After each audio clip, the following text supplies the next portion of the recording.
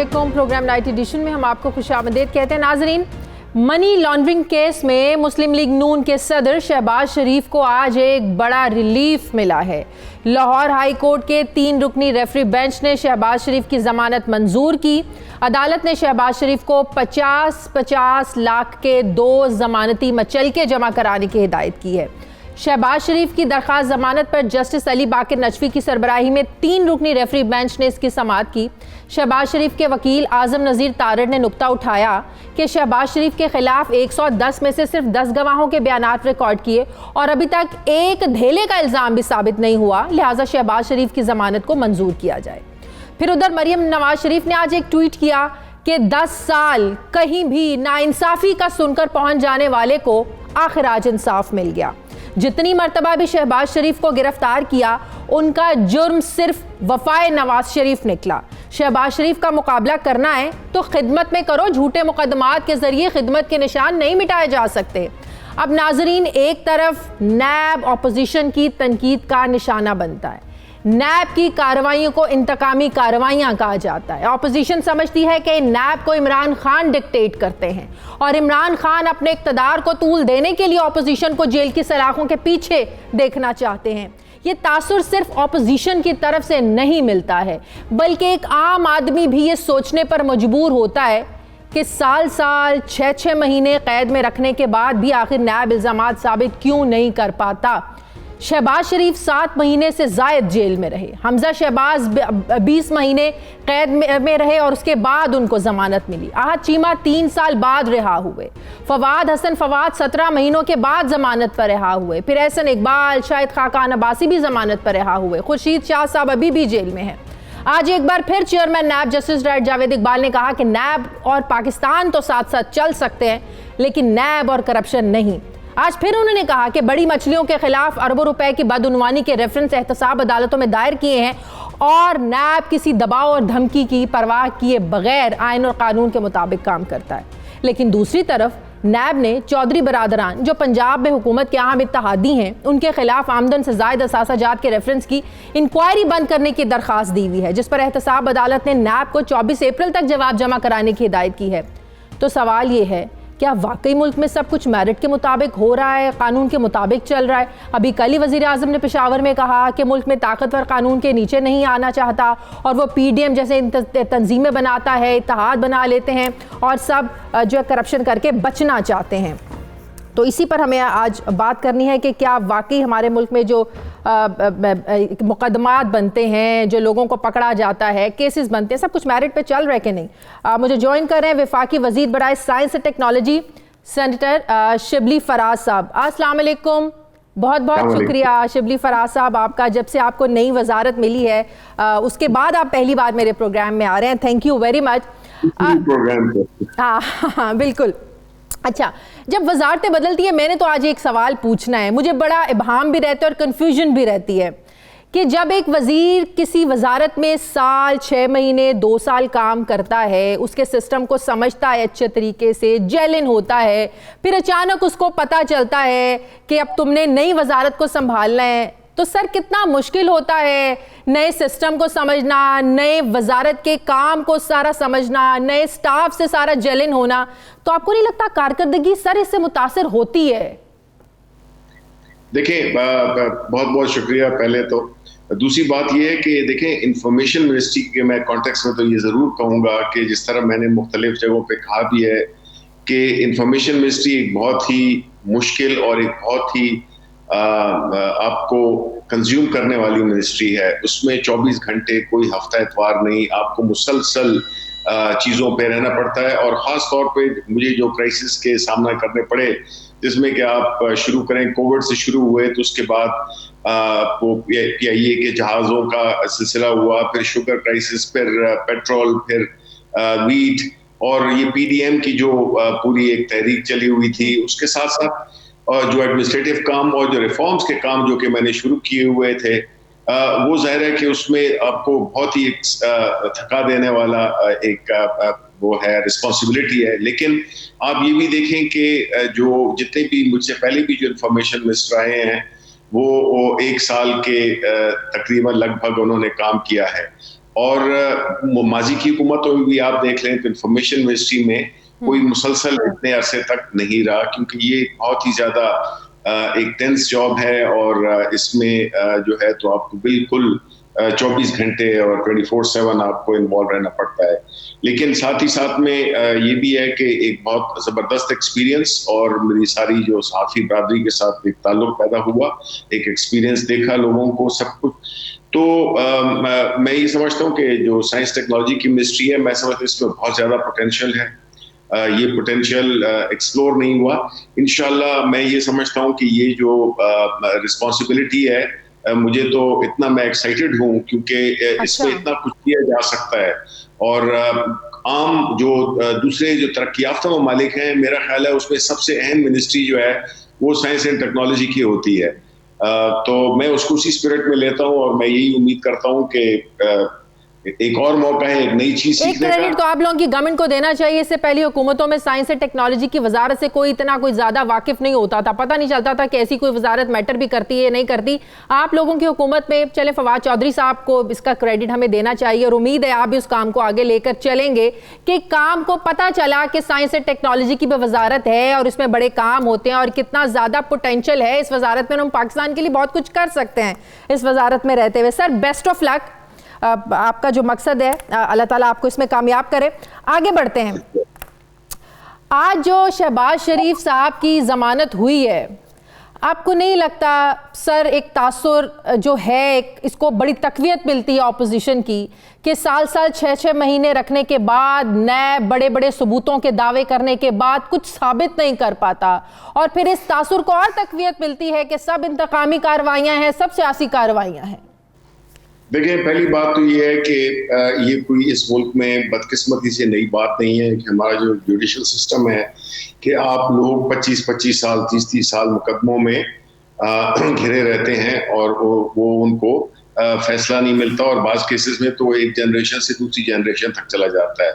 अब जो जहाँ तक कि नैब का ताल्लुक है, करप्शन केसेस का ताल्लुक है, तो जाहिर है कि ये किसी को जमानत पे, एक पहली बात तो ये है कि जमानत पे रिहा होना केस से बरी होने की कोई भी ये दलील नहीं है कि साबित हो जाए, जिस तरह के नैरेटिव बना रहे हैं पाकिस्तान मुस्लिम लीग नून वाले कि जी देखें 6 महीने रखा, 1 साल रखा, 1.5 साल रखा, इससे कोई वो नहीं है। बात ये है कि अगर उनको केस से कोई वो तो नहीं मिला, उनको बरी तो नहीं कर दिया गया, जमानत में निकलना तो कोई ये साबित नहीं करता कि वो जुर्म उन पे साबित नहीं हुआ। और एक पाई की ये जो एक रट लगाई होती है कि एक पाई भी नहीं ली है, इनके जो शहबाज शरीफ की जो खास तौर पे जो केसेस हैं, इसमें तो पूरी बैंकिंग ट्रांजैक्शंस हैं, इसमें टीटीज इन्वॉल्व हैं, इसमें सारे वो जो तरीके से आते हैं, जिस तरीके से जिन चैनल्स के जरिए आते हैं, वो सारा कुछ सामने है। अब सवाल आपका ये बनेगा तो उसके बाद ये केस डिसाइड क्यों नहीं हुए, यही मेरा भी सवाल है और पाकिस्तानियों का भी यही सवाल है कि अब हुदैबिया पेपर मिल अगर आप देख लें, वो इतना ओपन एंड शट केस था जिसमें कि सिर्फ इस वजह से बंद कर दिया गया क्योंकि वो टाइम बार्ड हो गया था। लेकिन ये होता ही इसी तरह से है कि जो केसेस हैं उसमें बावजूद इसके कि बड़ा क्लियर कट प्रूफ्स होते हैं, बिकॉज बैंकिंग ट्रांजैक्शंस जी वो आपको किसी चाहे 10 साल बाद भी आप खोल लें, वो कहीं नहीं जाते और वो एक सबसे बड़ा सबूत है। अब फैसला उनको सजा क्यों नहीं मिली है, ये भी मेरा भी एक सवाल है और पाकिस्तानी अवाम का भी सवाल है। नैब प्रोसिक्यूशन जो है ना कमजोर है। फिर जब हम अक्सर बाहर भी डिस्कशन होती है, कहते हैं जिसने करोड़ों के वकील किए और एक सरकारी वकील हो तो आपको अंदाजा हो जाना चाहिए कि जो है ना वो क्या नतीजा निकलेगा। और फिर ऊपर से हमारा अदालती सिस्टम भी है, फिर नैब कवानीन में तरमीम का भी मसला है सर। जी नहीं, देखिए नैब कवानीन में तरमीम होनी चाहिए, बिल्कुल हमने पहले भी कोशिश की थी अपनी हुकूमत में और अभी भी कर रहे हैं। और अभी भी मैं समझता हूँ कि नैब पे अभी हमारी सेनेट में एक सबसे बड़ी पार्टी बनकर हम अल्हम्दुलिल्लाह उभरे हैं। तो मैं ये समझता हूँ कि हमें इन चीजों को और जुडिशियल रिफॉर्म्स को भी, इलेक्टोरल रिफॉर्म्स को, अब हमें इसी तरफ जाना है। लेकिन वो लोग जो कि हाईजैक किए हुए हैं क्योंकि वो इस सिस्टम के बेनिफिशियरी हैं, जो लोग ये नैब लॉज में या और चीजों में ये अमेंडमेंट्स नहीं करना चाहते बिकॉज ये बेनिफिशियरी है उस सिस्टम के, इसमें तो आम आदमी को तो कोई रिलीफ नहीं है, बल्कि उनको तो ये तो 6 और 1.5 महीने की बात करते हैं, साल जिस तरह मैंने कहा वो गुजर जाते हैं, उनको इंसाफ नहीं मिलता। तो ये सीरियस एक चैलेंज है हमारे मुल्क के लिए और जितनी भी हुकूमतें आई हैं बशमूल हमारे, हम ये समझते हैं कि इस पे जरूर काम होना चाहिए और इस चीज को सर फिर एक और डिवीजन नजर आती है ना कि एक तरफ नैब अपोजिशन के मुकदमात बनाता है, वो कैद में रहते हैं, दूसरी तरफ आपके जो इत्तेहादी हैं पंजाब में बड़े अहम इत्तेहादी हैं उनके खिलाफ नैब पहले रेफरेंस दायर करता है फिर वापस लेने की इस्तदा करता है। तो सर ये भी एक डिवीजन नजर आती है कि कहाँ है कानून सबके लिए एक जैसा, कहाँ है मेरिट सबके लिए एक जैसा। सर देखिए, हम इसी चीज पे स्ट्रगल कर रहे हैं कि जब मसलन शुगर क्राइसिस हुई है और इसमें हम पहले हमें कहते थे कि जी ये जो बात अभी आप कर रही हैं, उसके बाद जो है तो जब हमने शुरू किए हैं वो जो है तो पाकिस्तान मुस्लिम लीग नून और पीपल्स पार्टी वाले वो हमदर्द बन गए हैं। देखिए, इंसाफ जो है, जो प्राइम मिनिस्टर साहब का जो बुनियादी मकसद है वो ये उनका यही कहना है और यही इस मुल्क की निजात का बायस बनेगा कि कानून सबके लिए बराबर हो। इसमें ये नहीं हो कि ये मेरा है ये आपका है, लेकिन साथ ही साथ में ये भी नहीं होना चाहिए कि जब किसी को इसके कानून के इदारे बुलाएं तो उसका सिंपल ये है कि उसका वो जवाब दे दें तो किस्सा खत्म हो जाएगा, या वो गलत होगा या वो ठीक होगा, बजाय इसके कि हम एक क्रिएट कर दें एक पॉलिटिकल, उसके पीछे हम अगर छुप जाएं या उसको इस्तेमाल करें तो मेरा ख्याल है कि वो हमारी जो बुनियादी कॉज है वो उसको कंप्रोमाइज करता है। और इसमें कानून और वो सबके साथ होना चाहिए इंसाफ। ये मैं बिल्कुल इससे मैं तो एग्री करता हूँ, मेरी पार्टी भी एग्री करती है, प्राइम मिनिस्टर साहब भी एग्री करते हैं कि बिल्कुल चाहे अपना पराया नहीं होना चाहिए, क्योंकि इंसाफ क्या आंखों के सामने जो पट्टी होती है वो इसी की सिंबल होता है कि आप तफरीक नहीं करते हैं कि कौन अपना है कौन पराया है। जहांगीर तरीन साहब को इस्लामाबाद से ठंडी हवाएं आ रही हैं, वो बड़े मुतमईन नजर आ रहे हैं, बड़े पुरुमीद हो गए हैं कि वजीर आजम की उनसे मुलाकात हो सकती है। क्या वाकई मामला इतना सादा एक मुलाकात का ही मसला है कि प्राइम मिनिस्टर साहब जो है ना वो मिलेंगे तरीन साहब से, केसेस वापस हो जाएंगे, रिलीफ मिल जाएंगे? तो क्या आपको नहीं कि बजट इजलास भी आ रहा है, अगर यहाँ से आप लोगों का मसला सेटल नहीं हुआ फिर आपको परेशानी का सामना करना पड़ सकता है, 40 लोगों का ग्रुप है तरीन साहब के साथ, तो क्या कहीं मामला सेटल्ड हो सकते हैं? सर देखिए, जहाँ तक ठंडी हवाओं का ताल्लुक है तो वो तो वैसे भी है, आपने देखा होगा मैंने स्वेटर पहना हुआ, सर्दी इस्लामाबाद में काफी है। लेकिन जहाँ तक कि जहांगीर तरीन साहब का ताल्लुक है, देखिए वो हमारी पार्टी के एक बड़े अहम लीडर और उनकी काफी कंट्रीब्यूशन है हमारी पार्टी में। लेकिन जहां तक उनके साथ में जो लोग हैं जो कि उनके साथ अपनी सॉलिडारिटी शो कर रहे हैं, वो भी इस बात पे कायल हैं और मैंने कईयों को सुना भी है, उन्होंने ये कहा है कि अगर तो हमारी सिर्फ जो रिक्वायरमेंट है वो है कि जहांगीर तरीन को इंसाफ मिलना चाहिए, बिल्कुल मिलना चाहिए। हम भी ये कहते हैं, सिर्फ जहांगीर तरीन नहीं, हर एक को जो भी अदालत में पेश हो, कोई पाकिस्तान का शहरी हो, उसको इंसाफ जरूर मिलना चाहिए, इंसाफ के तकाजे पूरे होने चाहिए। ये ज्यादती किसी के साथ नहीं होनी चाहिए, उसको इंसाफ के तकाजे पूरे उसको मिलने चाहिए। जहां तक उनका बाकी जो मुलाकात का ताल्लुक है, जाहिर है कि प्राइम मिनिस्टर साहब के जो मुतल्लिका लोग हैं वो उनके साथ राब्ते में होंगे और इस बात पे कंप्रोमाइज तो हो नहीं सकता कि जी ये केसेस लिए जाएं या वापस लिए जाएं, लेकिन ये जरूर है कि उनको ये अश्योर कराना हमारा काम है। और उस पे वो चले बर्फ तो पिघली है ना, जो एक गैर यकीनी की सूरत हाल थी कि पंजाब में कुछ हो सकता है, हुकूमत को नुकसान हो सकता है, वो एक बर्फ पिघली है। चलें, अच्छी बात है, हालात थोड़े से नॉर्मलाइज हुए हैं। अच्छा शिबली साहब, कल दोबारा पार्लियामेंट में करारदाद पेश होने जा रही है, जो फ्रांस के सफ़ीर को निकालने का मामला है, लेकिन कहती है बस इतना ही काम था पार्लियामेंट में करारदाद पेश करना, जो मजहबी जमात थी वो भी यही चाहती थी। लेकिन सर सवाल फिर ये पैदा होता है, मामला अगर इतना ही सादा था, मामला सिर्फ पार्लियामेंट में करारदाद पेश करने का ही था, तो सर फिर इतना कशीदा माहौल, फिर मामलात को इस नहज पर कौन लेके गया? फिर कौन जिम्मेदारी लेगा? जो इतने लोग अपनी जानों से गए, पुलिस अफसरान जख्मी हुए, लोगों की अमलाक को नुकसान पहुंचा, 10 दिन मुल्क में गैर यकीनी की सूरत हाल रही, क्या हुआ सर फिर ये सब कुछ, अगर सिर्फ मामला एक सादी करारदाद का ही था? देखें, ये तो इसमें तो कोई शक नहीं है। पहली बात तो ये है कि ये एक ऐसा इशू है जिसमें कि पूरे पाकिस्तान में किसी की दो राय है ही नहीं। सब हुजूर सल्लल्लाहु अलैहि वसल्लम की शान में गुस्ताखी को एक बहुत ही संगीन तरीन जुर्म समझते हैं और समझना भी चाहिए। तो इसमें तो कोई ना अपोजिशन है, ना पॉलिटिकल वो है, ना गवर्नमेंट पार्टी है, इसमें सबका एक ही मौकफ है। और जिस तरह के ये सिलसिला अनफोल्ड हुआ तो जाहिर है कि यही हमारा वो था कि हम तो एक तरीका निकालने की बात कर रहे थे और उसमें साथ में जो TLP है उन्होंने अपनी तैयारी शुरू की हुई थी इसकी प्रोसेशन लाने की, इस्लामाबाद आने की, तो उसकी वजह से कुछ मामलात बिगड़ गए। और जाहिर है कि जब लॉ एंड ऑर्डर की सिचुएशन में हुकूमत को अपनी रियासत को अपनी रेड कायम करनी होती है, और ये बड़ी ही बदकिस्मती है, बहुत ही दुख की बात है कि इतनी जानें ज़ाया हुई। ये नहीं होना चाहिए था कि खास तौर पे एक ऐसा मसला जो कि जिसमें कि कोई किसी की दो राय है ही नहीं। तो अब ये मसला इंशाल्लाह ये तो उन्हीं की जो साथ। देखिए, हुकूमत कहती है, प्राइम मिनिस्टर साहब अपना मौक़िफ़ दे चुके हैं, फ्रांस के सफ़ीर को निकालना मसले का हल नहीं है, इसके कॉन्सिक्वेंसेस हम बर्दाश्त नहीं कर सकते, ये हम अफोर्ड नहीं कर सकते। इस तंजीम पर आप कहते हैं पाबंदी भी बरकरार रहेगी, मरकज़ी क़यादत को भी रिहा नहीं किया जाएगा।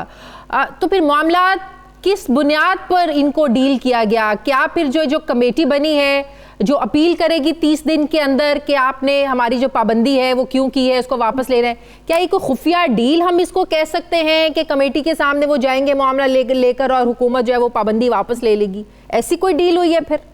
नहीं जी, देखिए ऐसी तो कोई डील का मुझे कम से कम इल्म नहीं है, लेकिन मैं ये जरूर कहूंगा कि देखें जी, हमने बुनियादी तौर पे ये मसला सिर्फ आज का नहीं है, ये मसला फिर दोबारा खड़ा हो सकता है, फिर खड़ा हो सकता है। तो हमने उसका एक ऐसा सोल्यूशन निकालना है, हमने एक ऐसी रायनामा बनानी है जिसमें कि हमने जिस तरह के प्राइम मिनिस्टर ने किया है कि उन्होंने एक रास्ता तो दिया है कि हमने ये मिलकर, सारे इस्लामी ममालिक ने मिलकर एक ऐसा स्ट्रेटजी बनानी है जिसमें कि हम मगरबी ममालिक को कायल कर सकें कि जब उनके ममालिक में इस किस्म की हरकत होती है तो उससे हमारे मुल्कों में मुसलमानों को बहुत ज्यादा तकलीफ होती है, और एक ऐसा तरीकाकार बनाया जाए जिससे कि वो हम अमल भी करा सकें। यहूदियों को आप देखें, उन्होंने एक छोटी सी मुल्क होते हुए उन्होंने होलोकॉस्ट की लफ्ज पे और इस इशू पे बहस को भी जुर्म करार दिया हुआ है। तो हम 50-52 मुल्क हैं, और क्यों हम नहीं कर सकते? और प्राइम मिनिस्टर अपनी पूरी हर इंटरनेशनल फोरम पे उन्होंने इसी बात का इजहार किया है कि जो इस्लामोफोबिया है या जो हुजूर सल्लल्लाहु अलैहि वसल्लम की शान में गुस्ताखी है, इससे हम लोगों को बहुत दुख होता है, और इंटरनेशनल कम्युनिटी को इसका नोटिस लेना चाहिए और इंश्योर करना चाहिए कि ये चीजें दोबारा ना हो, क्योंकि ये एक मुल्क की बात नहीं है। आज एक लेकिन क्या हम ये बड़ी उम्मीद के साथ कह सकते हैं कि जो डील हुई है, मुज़ाकरात, मुआहदा, दोबारा ऐसी सिचुएशन पैदा नहीं होगी, दोबारा सड़कें ब्लॉक नहीं होंगी, दोबारा एक आम आदमी की जिंदगी इस तरीके से मुतासिर नहीं होगी, मामलात का मुस्तकिल हल होगा? बिल्कुल जी, हमारी तो यही कोशिश भी है, बल्कि हम इस पे और भी ज्यादा इस पे हम काम करने लगे कि ये मसले को हम इसको जड़ से उखाड़ें और इस मसले को ऐसी तरह से हल करें कि कल 6 महीने बाद, साल बाद फिर कोई मुल्क में, कोई गैर मगरबी ममालिक में कोई ऐसी चीज उठती है तो जाहिर है कि फिर वही चीज हम फेस करेंगे। तो इसके लिए एक निर्पा और एक प्रैक्टिकल और एक बड़ा सबको साथ लेकर इंक्लूसिव अप्रोच चाहिए, जो कि मुसलमान मुल्कों का, और प्राइम मिनिस्टर इमरान खान से बेहतर शख्स कोई नहीं है, क्योंकि माजी में कभी किसी हुकूमत ने इतना नहीं किया, किसी प्राइम मिनिस्टर ने इतना नहीं किया जितना कि प्राइम मिनिस्टर इमरान खान ने इस मसले पे जो एक मौसर दलाइल दिए हैं इंटरनेशनल फोरा पे। बहुत बहुत शुक्रिया वफाकी वज़ीर science technology senator Shibli Faraz sahab मेरे साथ है, थैंक यू वेरी मच। मुझे ब्रेक लेनी है, नाज़रीन वापस आते हैं छोटे से वक्फे के बाद।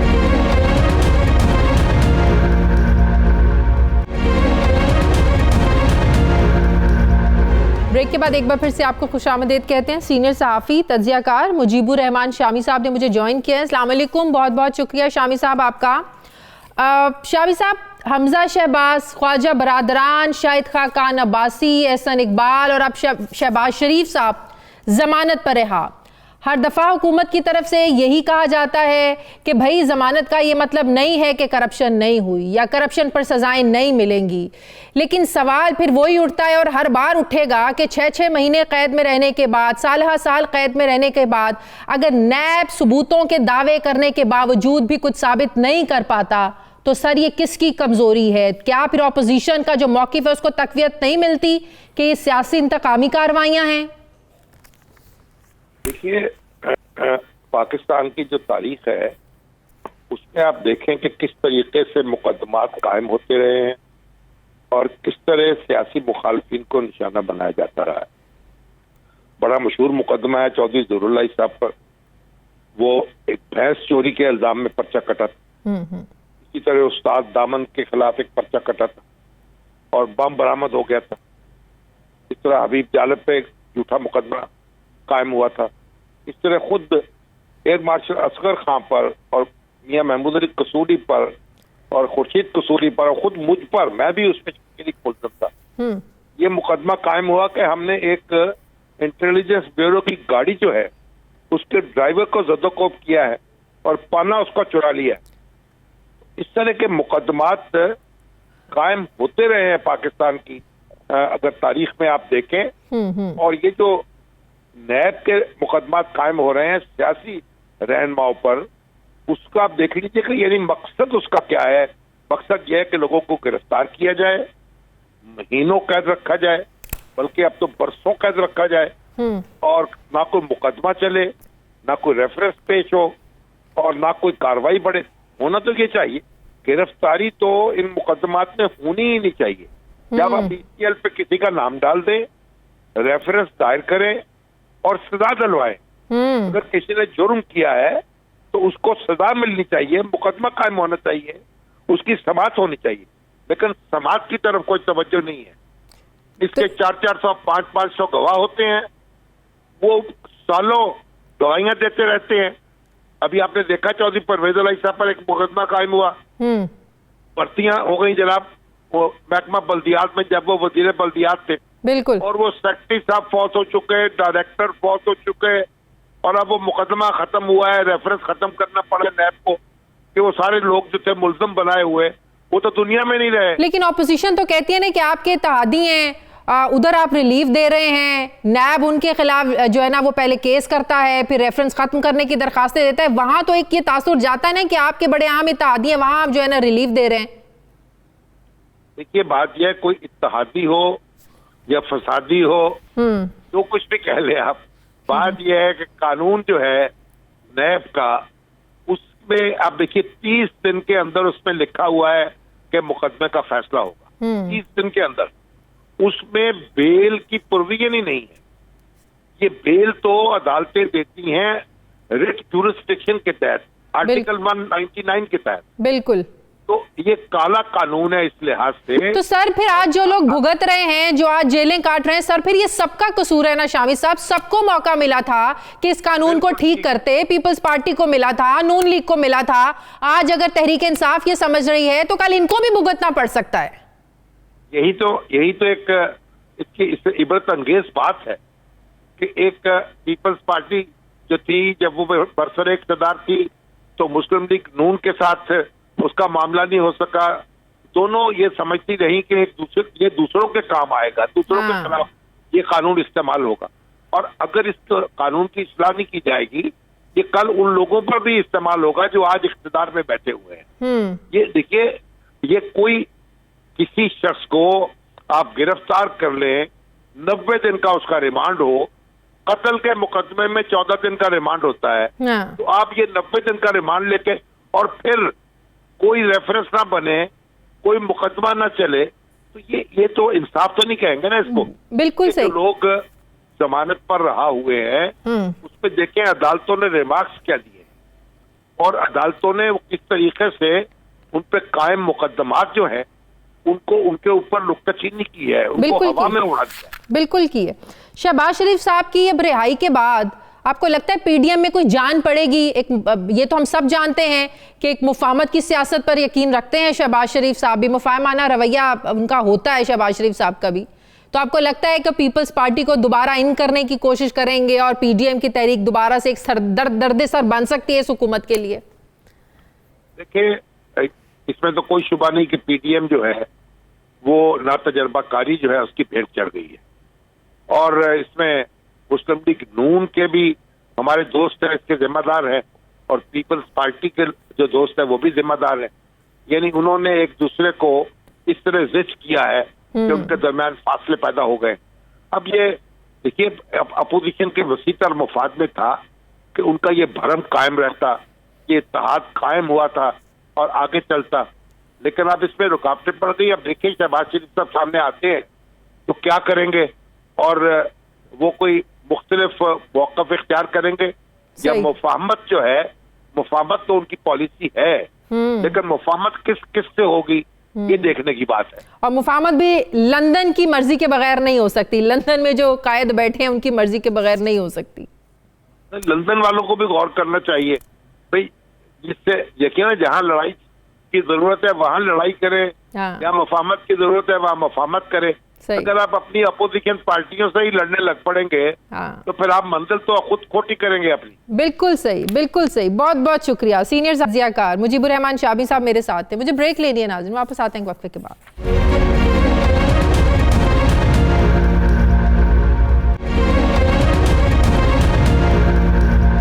ब्रेक के बाद एक बार फिर से आपको खुशामदीद कहते हैं नाज़रीन। गुज़श्ता रोज़ होने वाले धमाके के बारे में आज वज़ीर दाखिला ने बताया कि ये खुदकुश धमाका था जिसमें 60 से 80 किलो जो है वो धमाका खेज़ मवाद इस्तेमाल हुआ।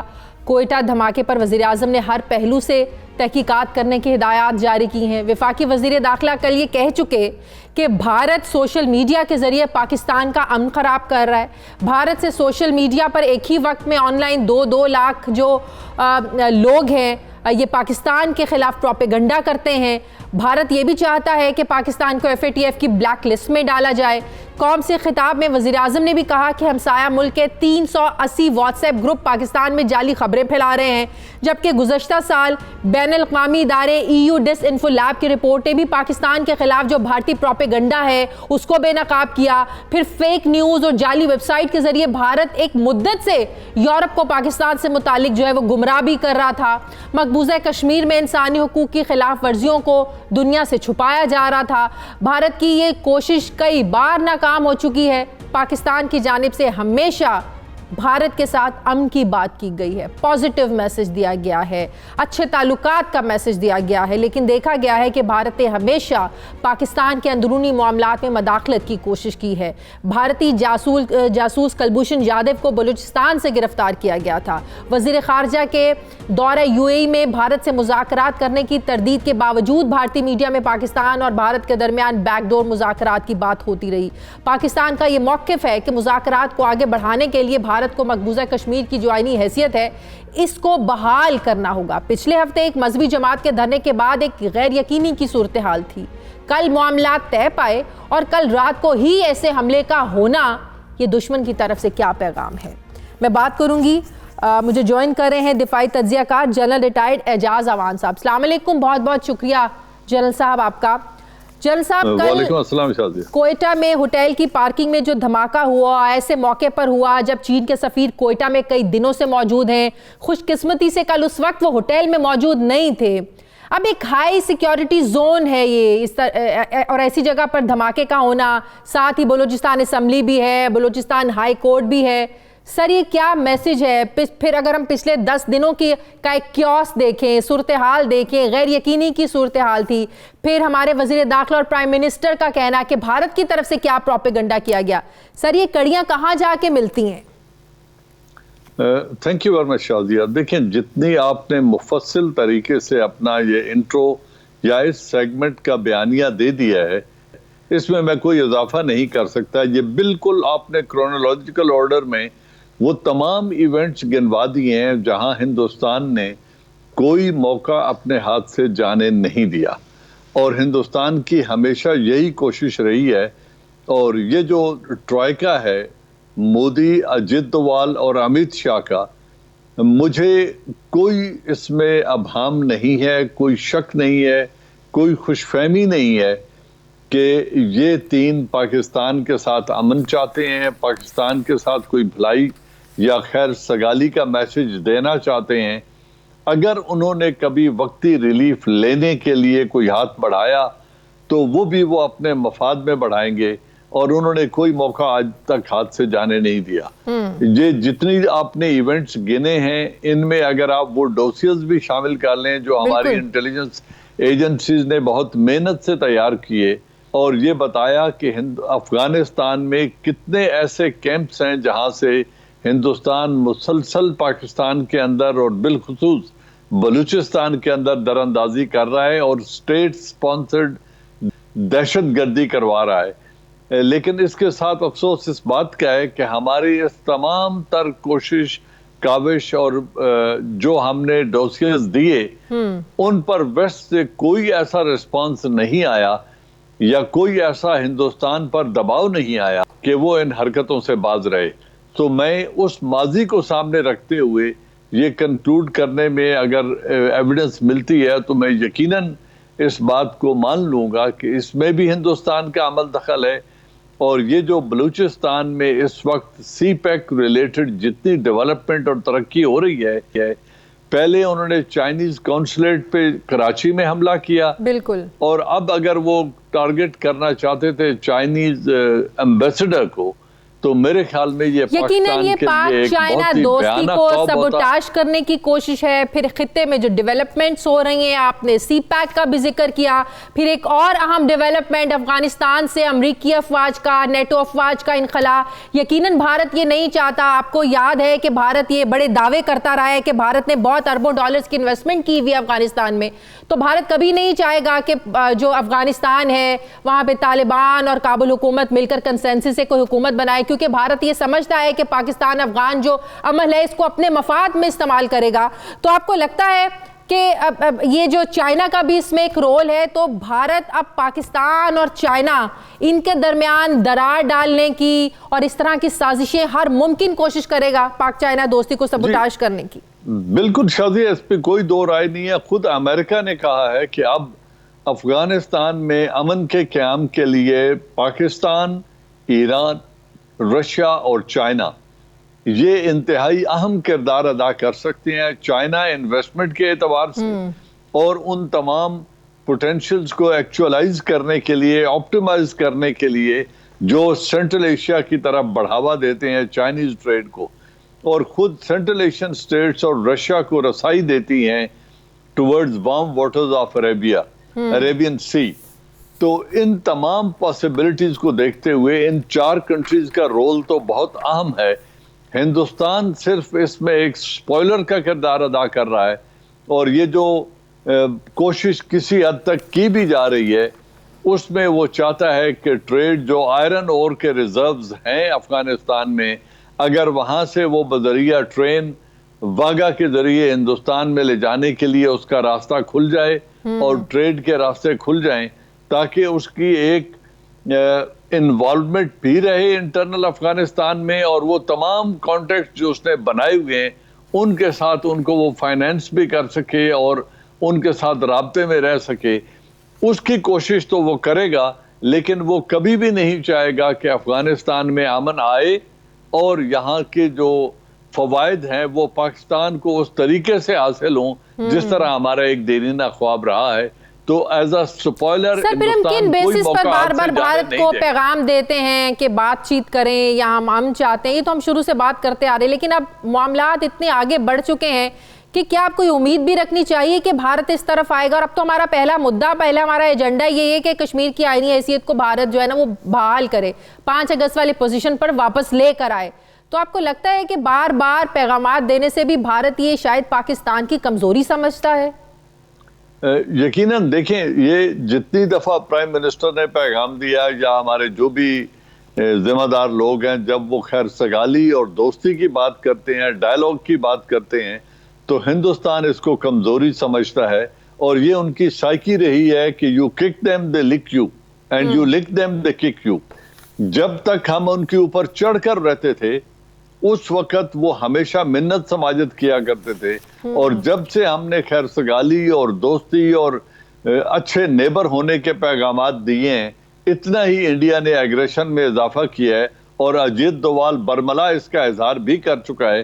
तो मुझे कोई ऐसी तवक्को नहीं है कि हिंदुस्तान से हमारे ताल्लुकात बेहतर हो सकते हैं, क्योंकि उन्होंने जो कुछ वो कश्मीर में कर गुजरे हैं इसमें किसी किस्म की वो नरमी नहीं दिखाएंगे, न वो इसका स्टेटस बहाल करेंगे, न वो किसी तीसरे मुल्क की सालिसी कबूल करेंगे, न वो UN रेजोल्यूशन को खातर में लाएंगे। तो अगर ये तमाम बातें ऐसी ही हैं जैसी नजर आ रही हैं, तो फिर मुझे नहीं समझ आता कि इसके अलावा हम किन बेसिस पर ताल्लुकात को बेहतर बनाने की उम्मीद रख सकते हैं। बहुत बहुत दिफाई तजिया का जनरल रिटायर्ड एजाज अवान साहब मेरे साथ हैं। मुझे ब्रेक लेने नाज़रीन वापस आते हैं एक छोटे से वक्फे के बाद।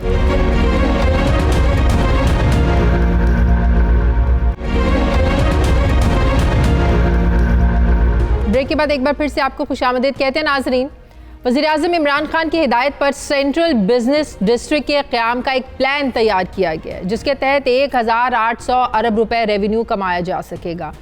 मंसूबे के तहत लाहौर में सरकारी मुलाजमीन और अफसरान के रिहायशी इलाकों में कायम घरों को ख़त्म करके कमर्शियल और रिहायशी इमारतें तामीर की जाएंगी। वफाकी वज़ीर रेलवे ने भी लाहौर में 570 एकड़ पर मुश्तमिल रेलवे वर्कशॉप बंद करके इमारतें तामीर करने पर आमादगी जाहिर की है। अब 5 सरकारी इदारों की 350 एकड़ अराजी, वादत कॉलोनी मंसूबे में 270 एकड़ अराजी और वॉल्टन मंसूबे में 150 एकड़ अराजी पर तामीरात ये सारी की जाएंगी। और ये जो तामीरात हैं ये पब्लिक प्राइवेट पार्टनरशिप के तहत मुकम्मल की जाएंगी। वफाकी हुकूमत ने सेंट्रल बिजनेस डिस्ट्रिक्ट मंसूबे के लिए वफाकी इदारों की अराजी फराहम करने पर रजामंदी भी जाहिर कर दी है, लेकिन वफाकी वज़ीर तालीम शफकत महमूद ने यह मुतालबा किया है कि इन तमाम तामीरात से मुतालिक फ़ैसलों में इन्हें भी शरीक किया जाए, क्योंकि ये मनसूबा उनके हल्के में तामीर होगा। दूसरी तरफ नाजरीन, ऑयल मार्केटिंग कंपनियों को ऑयल टर्मिनल्स के जाली लाइसेंस जारी करने पर 2 अहम अफसरान को बरतरफ किया गया। फिर उन्हीं कंपनियों और अफसरान के बायस पेट्रोल बहरान ने भी जन्म लिया था, लेकिन मरकजी किरदार वफाकी काबीना के हिदायत के बावजूद अपने ओहदों पर बराजमान हैं। इसी पर बात करूंगी। मुझे ज्वाइन करें इस्लामाबाद के ब्यूरो चीफ सुहेल इकबाल भट्टी। अस्सलाम वालेकुम, बहुत बहुत शुक्रिया सुहेल आपका। सुहेल, हुकूमत जो दावा कर रही है कि सेंट्रल बिजनेस डिस्ट्रिक्ट प्लान के तहत 1800 अरब रुपए रेवेन्यू कमाया जा सकेगा, क्या वाकई जो हुकूमत टारगेट सेट कर रही है काफ़ी ज़्यादा रकम है, इस मंसूबे से इतनी बड़ी रकम कमाई जा सकती है? प्रैक्टिकली कितना पॉसिबल है ये? शाजी देखिए, बिल्कुल ये मुमकिन है, लेकिन मामला ये है कि प्राइम मिनिस्टर इमरान खान ने 2 साल कबल इस मामले का इनिशिएटिव लिया कि मुल्क भर के अंदर वफाकी और सूबाई हुकूमतों की इंतहाई कीमती लोकेशन के ऊपर सरकारी अराजी मौजूद है, या तो वो इस्तेमाल नहीं हो रही, अगर इस्तेमाल हो रही है तो उसको ऑप्टिमम उसका यूटिलाइजेशन नहीं हो रही। लिहाजा टास्क दिया गया वफाकी इदारों को भी और सूबाई हुकूमतों को भी कि इस अराजी का हमें बेहतरीन इस्तेमाल करना चाहिए। जैसे कि लाहौर के अंदर बहुत से ऐसे इलाके हैं, जिस तरह वादत कॉलोनी है, वहाँ पर सिंगल स्टोरी घर बने हुए हैं, ज़मीन वो बहुत कीमती है। इसी तरह फिरोजपुर रोड की बात की गई है, वाल्टन एयरपोर्ट के अतराफ़ की बात की गई है, जिसका बेहतर इस्तेमाल नहीं हो रहा। इसी तरह वफाकी दारा हुकूमत में भी सेकंड फेज़ के अंदर जहाँ पर G6 F6 के सेक्टर हैं, बहुत कीमती लोकेशन पर है वहाँ पर, लेकिन सिंगल स्टोरी सरकारी घर बने हुए हैं। तब हुकूमत ने एक ऐसा प्लान तैयार किया है जो कि पहले मरले के अंदर पंजाब से उसका आगाज़ होने जा रहा है, और ये रेवेन्यू सिर्फ 1300 या 1800 अरब तक नहीं बल्कि 6000 अरब रुपए तक जा सकता है। अच्छा। अगर इसके अंदर वाल्टन एयरपोर्ट और उसके साथ उसके सराउंडिंग के एरियाज को शामिल किया जाए और वर्टिकल बिल्डिंग्स बनाई जाएं, तो ये उसकी कैलकुलेशन की गई है। लेकिन इस वक्त जो 3 अहम इसके अंदर जो मराहिल थे जिसको मंजूर कर लिए गए हैं, जो आने वाले दिनों में जिसके ऊपर काम होने जा रहा है, और जिसके अंदर लाहौर सेंट्रल बिजनेस डिस्ट्रिक्ट है 350 एकड़ पर मुश्तमिल होगा। यहाँ पर कमर्शियल, एक बार फिर से बताइएगा, ये सारा जो प्रोजेक्ट है ये पब्लिक प्राइवेट पार्टनरशिप के तहत मुकम्मल होगा? जी बिल्कुल, चूंकि इसमें मॉडल ये बनाया गया है कि इसकी एक्सटर्नल फाइनेंसिंग की जरूरत पेश ना आए, कहीं से कर्ज ना लेना पड़े। पब्लिक प्राइवेट पार्टनरशिप के तहत इनको बनाया जाएगा। जो कंपनी इन्वेस्ट करेगी सर्टन हिस्सा उसको दिया जाएगा, बाकी फायदा हुकूमत को होगा, जिसकी मैक्सिमम जो लिमिट है वो 6000 अरब रुपए का तखमीना लगाया गया है। लेकिन इसके साथ वफाकी वजीर रेलवे ने इस आला सतही इजलास के दौरान पेशकश कर दी कि लाहौर में उनकी एक रेलवे की वर्कशॉप है जो कि 570 एकड़ पर मुश्तमिल है। उन्होंने कहा कि वो उसको बंद करना चाहते हैं। रेलवे का उनका सामने है, अगरचे कि रेलवे को उन्होंने बहाल करना था, उस जानिब को बड़ी पेश रफ्त हो सकी, लेकिन वो समझते हैं कि हम उस अराजी से रेलवे वर्कशॉप की बजाय इस मंसूबे से जहां पे इमारत तमीर होनी है उससे हम ज्यादा रेवेन्यू कमा सकते हैं। तो वो भी इस मंसूबे के इसके अंदर इंक्लूड। शफकत महमूद साहब को इस पर क्या तहफ्फुज़ात हैं, वो क्या कहते हैं इस मंसूबे के बारे में कि उनसे पूछकर उनकी मुशावरत से यहाँ पर काम किया जाए, क्योंकि ये सब उनके हल्के में आता है? शफकत महमूद साहब को तहफ्फुज़ात नहीं है, उनके इंटरेस्ट जरूर दिखाई दे रहे हैं। वो ये चाहते हैं कि ये जो सारा इतना बड़ा प्रोजेक्ट है ये उनके लाहौर में उनके हल्के में हो रहा है। हाँ। वो ये चाहते हैं कि जब इसकी प्लानिंग शुरू हो चुकी है, इसकी जब एग्जीक्यूशन का फेज स्टार्ट होगा, वो चाहते हैं कि मुझे सारे मामले में इन रखा जाए, मुझसे मुशावरत की जाए, क्योंकि मैं उस हल्के के अंदर हूं, अवामी नुमाइंदा हूं, मैं भी उसके अंदर अपना इनपुट दूंगा। तो यकीनी तौर के ऊपर एक बहुत बड़ी ये अपॉर्चुनिटी है, तो वो चाहते हैं कि इसके अंदर उनका भी रोल रहे, अगरचे कि असूली तौर के ऊपर उनका रोल नहीं होना चाहिए, ताकि जो एक अथॉरिटी है उसको रन कर रही हो। लेकिन उन्होंने मुतालबा किया और उनकी इस बात को वेटेज दी गई है कि जब इसकी प्लानिंग होगी, जब एग्जीक्यूशन स्टेज आने वाले चंद दिनों में, सरकारी घरों को खत्म करना है, उनकी जगह कमर्शियल प्लाजे इमारतें बननी है, बड़ी बड़ी बिल्डिंग्स बनेंगी, तो फिर मुतासरीन को ऑल्टरनेट जगह वो प्लान कर ली गई है कि उनको जगह कहाँ दी जाएगी? जाहिर है घर तो देने हैं उनको ऑल्टरनेट। जी, उसका एक सोल्यूशन दिया गया है कि चूंकि ये सिंगल स्टोरी घर है, यहाँ पर मुलाजमीन भी हैं, अफसरान भी हैं, तो उसका सोल्यूशन ये है कि जब वर्टिकल बिल्डिंग्स बनेंगी तो उन मुलाजमीन को यहाँ पर अकोमोडेट किया जाएगा, और कोई ऐसे प्रॉब्लम आया तो उनको किसी न किसी जगह के ऊपर रिहाइश जरूर फराहम की जाएगी।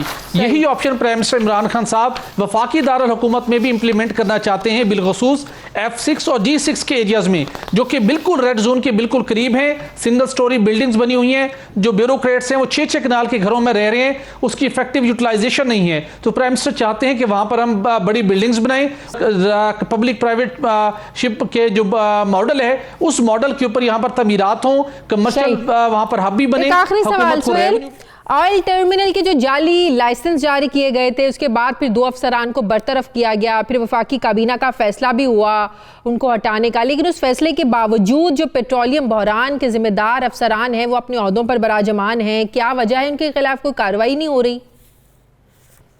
शाजी देखिए, ये जो एफआई की इंक्वायरी कमीशन ने निशानदही की थी कि पेट्रोलियम डिवीजन के अंदर बड़े पैमाने के ऊपर बेज़ाब्तियां हैं, उनकी मिसकंडक्ट है जिसकी वजह से क्राइसिस क्रिएट हुआ, और कहा गया था कि इसकी फर्दर इंक्वायरी इंटरनली भी होनी चाहिए, कभी कैबिनेट ने भी कहा था। तो इंटरनल इंक्वायरी की गई, तो एक्सप्लोजन डिपार्टमेंट के एक्सप्लोसिव डिपार्टमेंट के 2 अफसरान, डिप्टी डायरेक्टर और एक असिस्टेंट डायरेक्टर को बरतरफ कर दिया गया मुलाजमत से। उन्होंने बड़ी कंपनियों को कराची के अंदर ऑयल टर्मिनल के जाली लाइसेंस उन्होंने जारी किए, उनकी रिक्विजिट उनकी काम उन्होंने नहीं किया था। अटक पेट्रोलियम बहुत बड़ी कंपनी है, पेट्रोलियम डिवीजन ने उसका नाम मेंशन किया है, उनको भी गलत लाइसेंस जारी किया गया, उन 2 अफसरान को भी हटा दिया गया। लेकिन सबसे बढ़कर जो पेट्रोलियम इंक्वायरी के पेट्रोलियम कमीशन ने जो सेक्रेटरी पेट्रोलियम पर जिम्मेदारी आयद की थी, वो बदस्तूर अपने ओहदे पर बराजमान हैं। जो दीगर अफसरान जिम्मेदार थे वो अपने ओहदे पर बराजमान हैं। इस हकीकत के बावजूद के ज़राए का कहना है कि सेक्रेटरी पेट्रोलियम ने छुट्टी पर जाने की कोशिश की, माह के अंदर एफआई ने हतमी इंक्वायरी करके फौजदारी कार्रवाई शुरू करनी है, वो अब छुट्टी पर नहीं गए, आज भी अपने ऑफिस में मौजूद हैं, और एफआईए की हतमी कार्रवाई भी शुरू है, जो कि ये कॉन्फ्लिक्ट ऑफ इंटरेस्ट है कि जिसके ऊपर उनके असरअंदाज होने का खदशा है। आज तक अपने ओहदे पर बराजमान हैं। बहुत शुक्रिया। इस्लामाबाद के ब्यूरो चीफ सुहेल इकबाल भट्टी मेरे साथ थे। नाज़रीन, हमारे प्रोग्राम का वक्त खत्म हो गया है, फीडबैक ज़रूर दीजिएगा, अपना ख्याल रखिएगा, मुझे इजाज़त दीजिए, अल्लाह हाफ़िज़।